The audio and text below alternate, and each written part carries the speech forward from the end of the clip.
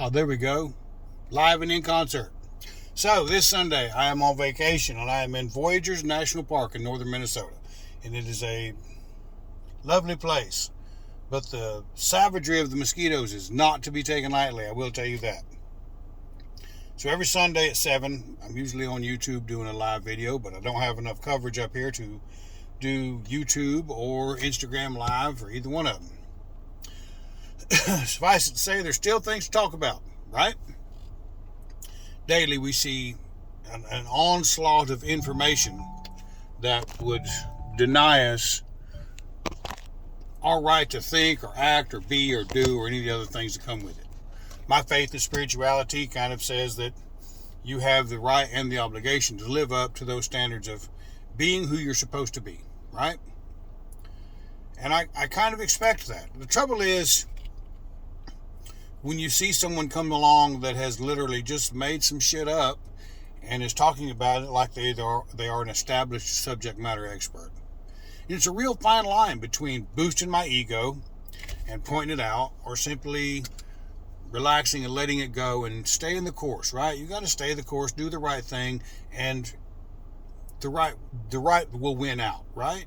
So, it's hard some days when you see individuals jump up there like they think they fucking know something when they have half the information about whatever it is they're talking about and they call themselves a subject matter expert. Now, most people understand and know, if they know me at all, know that I am not a follower of the Abrahamic religions, right? Not at all. The entirety of the Bible can be traced, all of the stories in the Bible can be traced to much older pagan tales. All of them. Every single one of them. And yet for all of those tales, the one thing that happened the most often was that they were an example of what to do. None of them said, I do this or you don't have to. You have to wonder when you look at it in that manner. It's no wonder the world is in the situation that it's in. Now that's a terrifying thought for a lot of people. Oh, wait a minute. You mean this thing that I've been believing in for so long or so hard and have such faith in that it's supposedly helped me through so much that I just didn't have to think about it and it kind of went away on its own? Has really kind of been a farce? Yeah. There's something really powerful to consider there. Well, I'll pray about it. I'll pray for you. What's that really do? I don't know. You have to ask that of yourself. I think it's a great sin to steal another man's faith, no matter what it happens to be. Be they Hindu or Shinto or Buddhist or any of the other great world religions that are eminently viable in comparison to the Abrahamic faiths that seem to continually be at war with each other. What a sham. What an absolute farce. I've chosen a way that embraces the man that I'm supposed to become. Now, do I always live up to that? No. Have I fallen on my face several times? Yes. But each time I've gotten up again. And I didn't ask anybody to get me up. There were examples of how to stand up and try. And 9 times out of 10, once you begin to understand there really are no external enemies, it becomes much more easy to understand, oh, I've got something about me that I need to take care of before I can continue moving forward. As my friend, as a powerful ally as Master Chim is, the comment he made in one of his newsletters was most important. What got you here may not get you there. It has been something that has stuck with me since I first read it.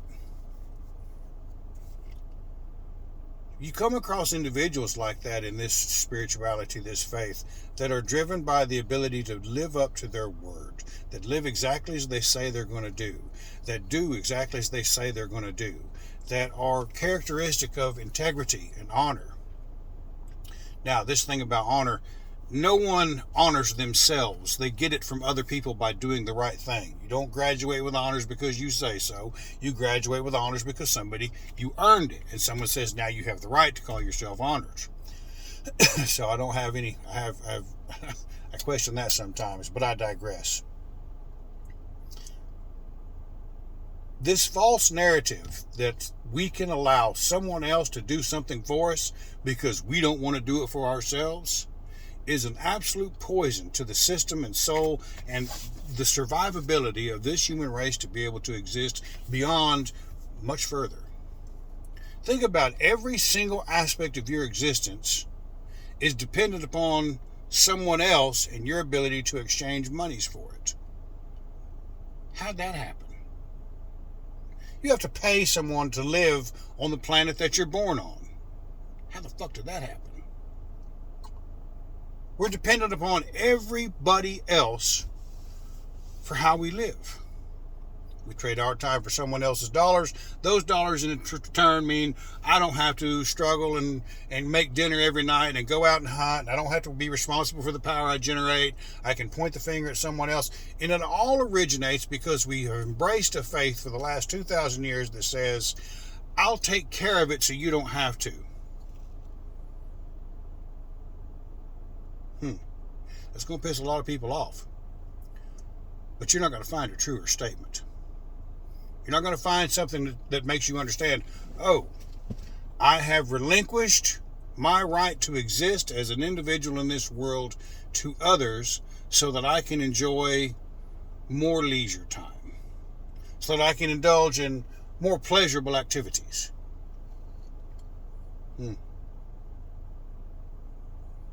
How interesting.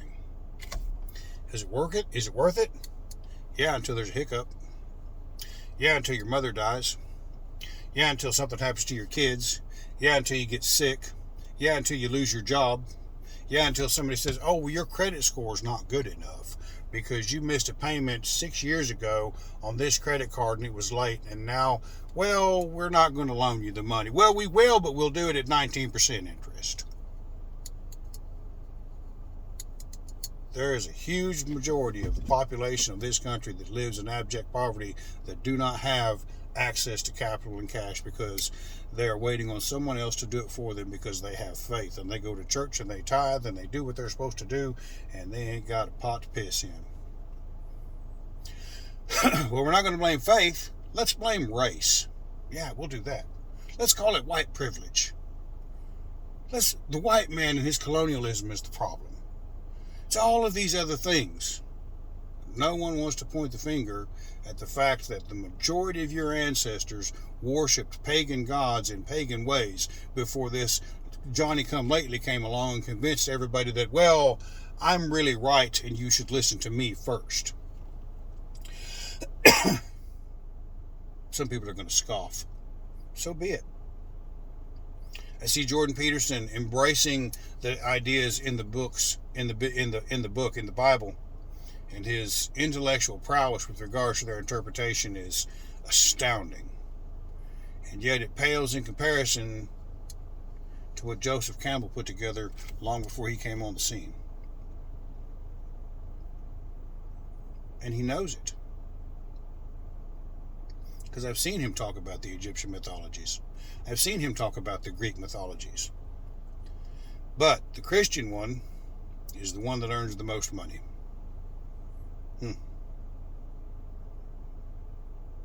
What a powerful shame. But does it provide positive purpose, guidance, and direction for individuals around the world? Yep, people change their lives with it all the time. They relinquish the ability to live their lives to someone or something else, instead of trying to find the tools of what it means to be a man or what it means to be a woman in the world. We sacrifice those rituals of man and woman making for convenience because we all had to go to work. We destroyed the nuclear family for convenience because it's easier to have for women to make money this way and its men can continue to work and provide for the state. We've allowed our elders to become sitting in nursing homes so Big Pharma can just milk them for all the money they have as they keep them comfortable as they die slowly. In ancient times, if a man lived past a certain point and knew that he was fixing to become a burden on his community in Northern Europe, they would build a magnificent funeral pyre And they would invite a powerful warrior from a neighboring village to come over, and they would crawl up on that, and they would fight till the death. The young victor coming down, the old man having died with his boots on, and then be consumed in the funeral pyre with honor. What a shame that we set that aside. That day's approaching for me too.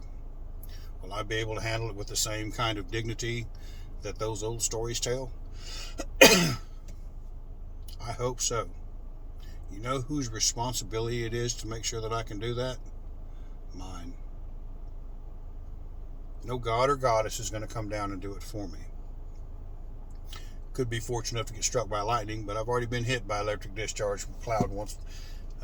Wasn't pleasurable, I'll tell you that. There are things that in this day and age we stand to benefit from the technological innovations, and we fail to embrace them. We live in a day and age when I can take a couple of solar panels and a battery-powered generator and drop them into the forest in the middle of Central America, and you can have air conditioning, you can have hot and cold running water, you can have clean water if you want to filter it, you can have refrigeration for your food, you can have satellite television and all that it brings with it, you can have internet connectivity and connect you to the entirety of the world, and yet we're still waiting on some power company to shut down a coal plant and build a solar farm so we don't have to do anything. I don't want to cover my roof in solar panels. Why, that would be a huge expense, and I'd have to pay a bunch of money, and then I'd be responsible for my own electricity, and then I'd have, but blah, blah, blah, but. That's how deeply ingrained this idea of letting someone else do it for you is in our mindset. Presidential election. Either party. Well, they're going to take this from you, and they're going to destroy the America you know. And well, it seems like it's kind of happening right now, right? But you can't say that out loud, or you'll be banned from whatever technology platform you decide to use. If you give specifics. Yeah. We live in a real challenging age. It is no wonder that across the globe, this resurgence in ancient faiths and the faiths of our ancestors has returned in such a powerful way. Oh, but Brian, I prayed and I was sober. Oh? So you didn't drink. You didn't drink and took it all away. If I remember correctly, there are 12 other steps to go with that first one. You admit you're powerless. You needed help. You asked for that help. Then you had to take an inventory. Then you had to admit it. Then you had to make amends. Then you had to keep doing an inventory and making amends. See, what you fail to realize is you just developed 2 tools necessary to live life. Don't be an asshole. Don't fuck people over. And make amends when you step out of line that way. That's the important thing. But no. Jesus took the wheel. Did he never had a driver's license? They didn't have cars back then. That motherfucker don't know how to drive. Well, Jesus, you go right ahead. It's like having, okay, Stevie Wonder. Not how that works.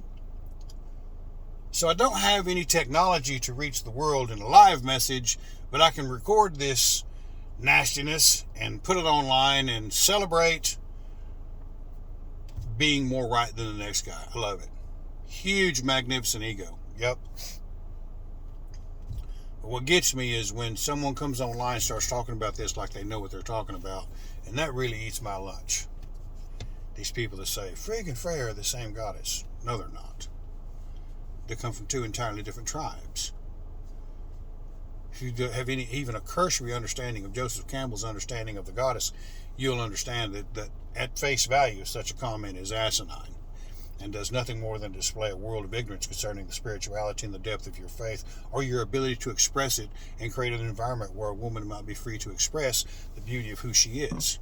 Terrifying thing, because she might not choose you, right? Yeah, we'll blame women for the woes of the world. How about don't be a dick? That might work. That's the big start at it.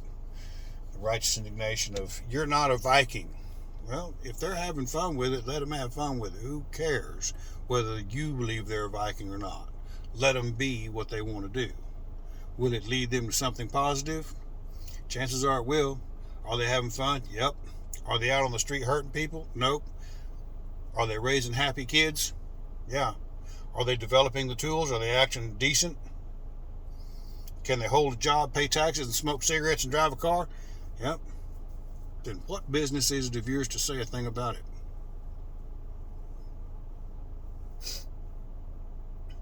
All kinds of little things like that. There's a tale at the beginning of the Prose Edda, and I've talked about it many times.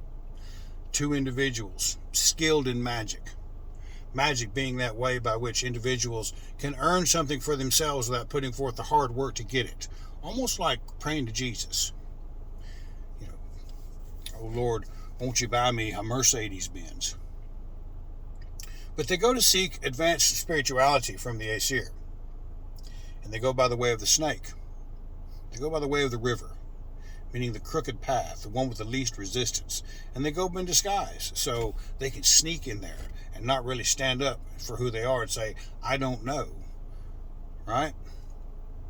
And the first thing that both of them encounter are pageantry and ideas and rooms full of people and beautiful glittering sights that befuddle the senses.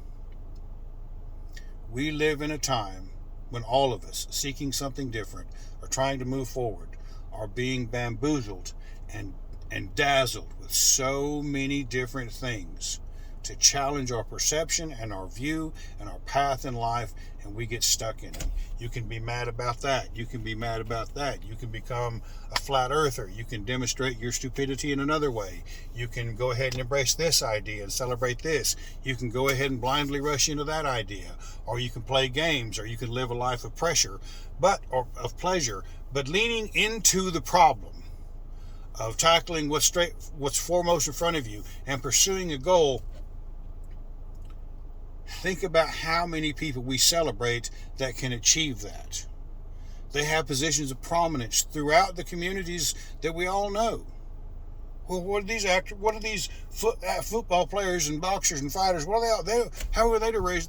Those are the kind of people that leaned into the challenges of becoming something better. While we're sitting here wiping the Cheetos dust off on our britches while we armchair quarterback their fight. See the difference? Now, which do you want to be? I mean, that's the question you got to ask yourself. And only you can answer that. Do you want to be that individual that steps up to the plate? Do you want to be the individual that has the courage to lean into the difficulties of your own life, of your own thought process? Because you got to remember, no matter what situation you're in, the best thinking you could come up with, the very best thinking you could do on your own, got you there. How you going to get out of it? Well, like I said before, what got you there, what got you here, may not get you there. If you think you might want to learn something about what it means to live this heathen pagan lifestyle, you might reach out to me. Because I got some solutions that might help you live the kind of life that you've always dreamed of. Like I say, I'm on a week-long fishing trip vacation at Voyageurs National Park. And I'm going to enjoy the shit out of it. Hopefully soon, you can join me here.